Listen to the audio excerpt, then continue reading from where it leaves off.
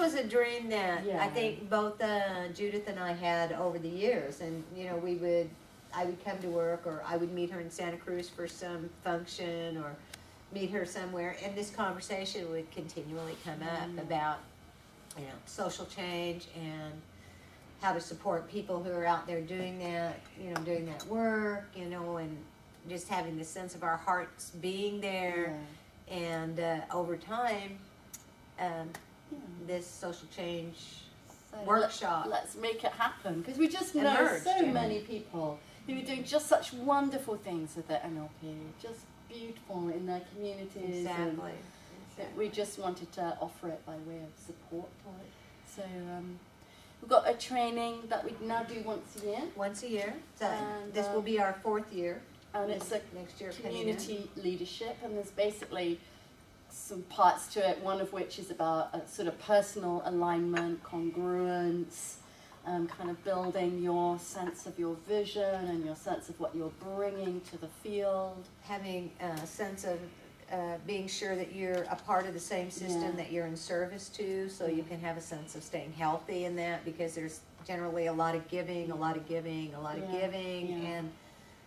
people don't give to themselves what they're giving to another community, being a part of the same system. Because that was another thing, wasn't it, from people that we knew, Yeah. was people getting burnout, people wanting to do so much and then getting exhausted and not really knowing how to care for themselves, as you say, in the same way that they would care for other people, but not really caring for themselves as part of that whole system. Yes. Kind of modeling their heroes who are in that field and using that as a source of inspiration, as sort of also learning some skill-based to kind of close the gap, because most people, you know, have a great passion to sort of serve some part of the community, but also then perceive other parts of the community as sort of the enemy. Yes. You know, that kind of creates this problem, you know, and you know, you have to kind of broaden your idea of the system to include, and you know, how to build bridges, because they are absolutely also represent resources and possibilities if you can kind of build the bridges over there. And the generative collaborative, sort of doing generative collaboration with each other, so that you know there's other people out there also holding the space in the same way that you are, so you can learn, they could model each other's skills as well. Lovely exercise, calling the allies. Oh, yeah. Beautiful story. Oh, that's right. What was that story? Singing. Oh, yeah. Oh, that story. Yeah. Story, Yeah, kind of calling who's singing your song, the story, you know, sort of calling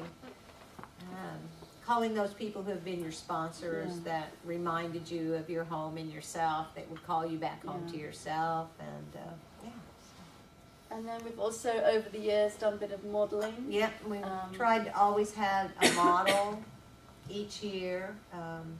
The first year it was a woman who came from Texas named Neva, who feeds people.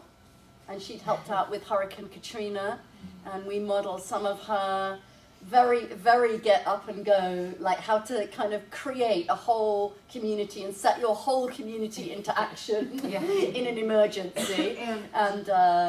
And it really got the idea of how you work at a meta level to go, you know, if you've got 20 churches feeding people and you've got 6 sort of community-based things feeding people, how do you get them to all cooperate so that they can get the most to the maximum number of people and not sort of double up on their effort, but, you know, really streamline it and use it.